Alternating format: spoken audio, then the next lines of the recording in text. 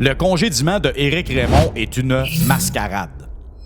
Le seul responsable de son congédiement, c'est Samuel Montembeault. Soyons clairs, on n'a pas besoin d'être un grand connaisseur de hockey pour savoir que Monty, ce ne sera jamais un Carey Price. On n'a pas besoin d'être un grand connaisseur de hockey pour reconnaître que depuis l'arrivée d'Éric Raymond en 2021, Monty était en légère amélioration, ou même, en tout cas, stable. Son pourcentage d'efficacité à son arrivée à 891, ensuite 901, 903 et 902. C'est pareil. Puis soudainement, cette année, 868. Là, vous allez me dire qu'Éric Raymond est soudainement devenu un pas bon? Sérieux. Monty, c'est pas d'un coach qui a besoin en ce moment, c'est d'un miroir pour se regarder dedans et faire son introspection. Mettre les bouchées doubles, travailler plus fort. Ça n'a rien à voir avec la voix et le son, la sonorité du coach qu'il entend. Ça n'a rien à voir avec ça. Quand je l'entends se défendre que les statistiques disent pas tout, non, c'est vrai. Mais non, c'est faux. Il est tout croche. Il est inconstant dans le net. C'est pas compliqué. Depuis le début de l'année. Mais il est protégé par la meute journalistique francophone. Puis ça aussi, ça me dérange.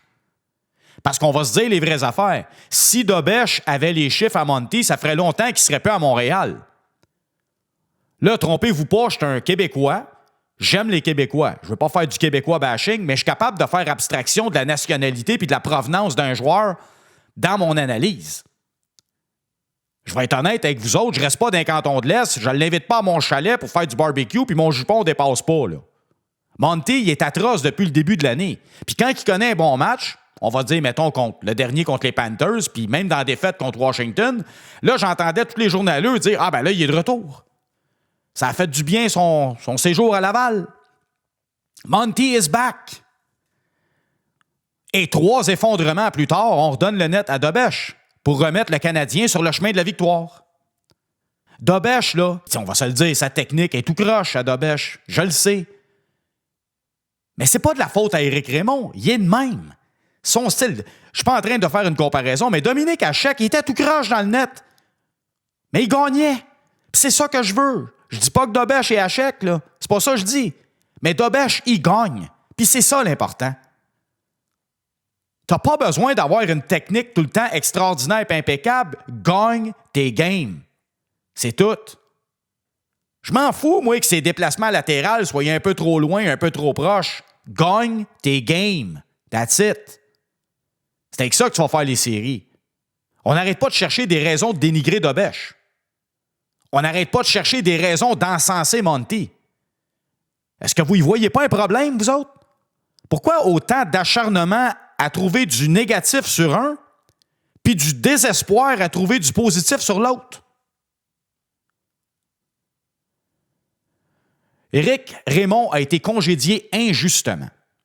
Je ne suis pas son agent, je ne le connais pas, mais je peux vous dire une chose, je ne suis pas un cave. Le seul responsable de son départ, c'est le rendement de Samuel Montembeault.